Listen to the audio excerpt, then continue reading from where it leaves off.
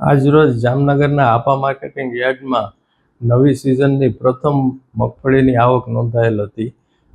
ચંદ્રગઢ ગામના ગિરધરભાઈ સભાયા નામના ખેડૂત 5 ગુણી મગફળી લઈ અને આવ્યા હતા અને આ મગફળી હરાજીમાં પ્રતિ મણ એટલે કે 20 કિલોના 1825ના ભાવે વેચાણ થયું હતું. આજે આગોતરું વાવેતર કરેલ હતું તે મગફળી આવેલ હતી અને તે 5 ગુણી અંદાજિત 5 ગુણી જેટલો જથ્થો હતો અને હજુ રેગ્યુલર મગફળીની આવક થવામાં લગભગ 15 થી 20 દિવસ જેટલો સમય લાગી શકે છે. આજે ખૂબ આગોતરી મગફળી વાવેલ હતી ખેડૂતે, તેનું ઉત્પાદન થયેલ હતું અને તે મગફળી યાર્ડમાં વેચાણ માટે આવી હતી અને 1 મણના 1825 લખે હરાજીમાં ભાવ થયેલ હતા.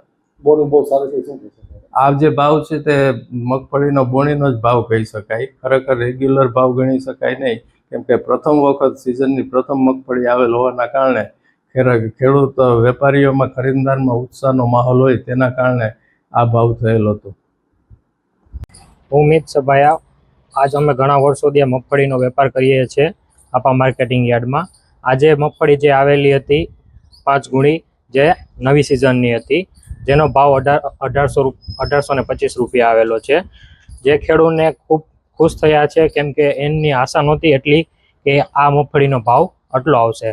તેની આશા 1500 થી 1700 લગીનની હતી, પણ તેમને 1825 લગીનનો ભાવ આવેલો છે. શું કહેશો મગફળી લઈને? કેવી આવક?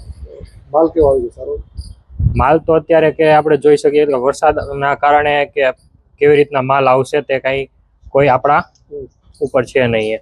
જો વરસાદ આવશે તો મગફળીના વાવેતર સારા થયા છે અને વાવેતરના કારણે જો સારું થયું છે તો મગફળીની આવક પણ વધશે. વરસાદ ખેંચાય તો ભાવ વધશે? શું લાગે છે? વરસાદ ખેંચાય તો ભાવ વધવાના કારણ રહેશે, કેમ કે મગફળીની અછત થશે, કેમ કે મગફળી વરસાદ ઉપર નિર્ભર હોય છે. વરસાદ ના થાય તો મગફળી ઓછી થશે.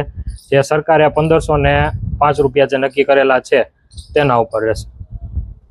એના કરતાં માર્કેટિંગ યાર્ડમાં કદાચ વધારે પણ આવી શકે જો ડિમાન્ડ વધારે રહેશે તો.